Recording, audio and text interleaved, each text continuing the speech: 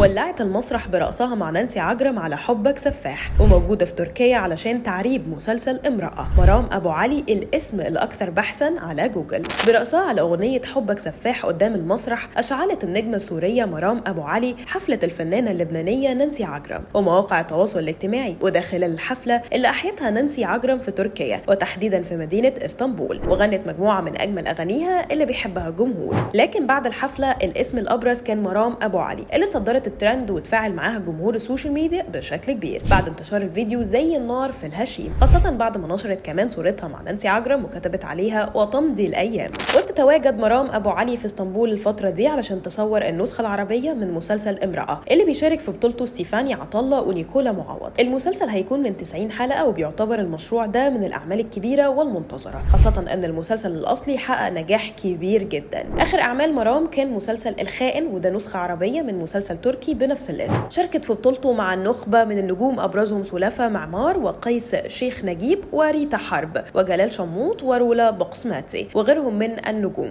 وبتدور أحداث المسلسل عن طبيبة ناجحة متزوجة عندها ابن بتعيش حياة سعيدة، عندها أصدقاء مقربين، وفي لحظة كل حاجة بتنهار بعد اكتشافها خيانة زوجها ليها مع شابة صغيرة، واكتشافها أن أصحابها كانوا على علم بالموضوع، فبتقرر تنتقم من جوزها وإنها تكشف خيانته قدام الكل علشان تقدر تاخد حضانة ابنها، وبتعمل حملة ضده علشان يطلقها. وبرغم ان الطلاق بيفضل يحبها ويغير عليها ويحاول يرجع لها، وبتحصل ازمات كبيره ما بينهم. مرام ابو علي فنانه وممثله سوريه مشهوره، بدات مشوارها الفني في سن مبكر، شاركت في العديد من الاعمال التلفزيونيه والسينمائيه اللي خلتها واحده من النجوم البارزين في الوطن العربي. وجنب التمثيل مرام عندها مواهب كتير في الغنى والرقص، وده اللي بيخليها فنانه شامله ومحبوبه عند الجمهور. كانت عملت اغنيه دايو بعنوان ومشيت من كلمات جاد ابو علي، وقالت مرام ان الاغنيه دي كانت دعم لعمر عربي اللي شاركها في الغنى، واكدت انها مش مغنيه اصلا بس استمتعت بالتجربه. كمان الجمهور بيتعلق بمرام كممثله تحديدا لانها محافظه جدا على حياتها الشخصيه بعيدا عن الاضواء، وده اللي بيخليها جذابه اكتر ومحط اهتمام دايما من محبيها، بفضل طبعا ادوارها المميزه وادائها المختلف قدرت من خلاله تبني قاعده جماهيريه كبيره وتاثر في المشهد الفني العربي. ويمكن اشهر ادوار مرام ابو علي اللي شهرها بشكل كبير في الوطن العربي كله دورها في مسلسل عروس بيروت بكل مواسمه، واللي كان ادائها فيه مميز جدا، وكانت محور تغير احداث كتير والتقلبات الشخصيه ربطتها بالجمهور بشكل كبير جدا، وعرفت الجمهور مين هي مرام ابو علي.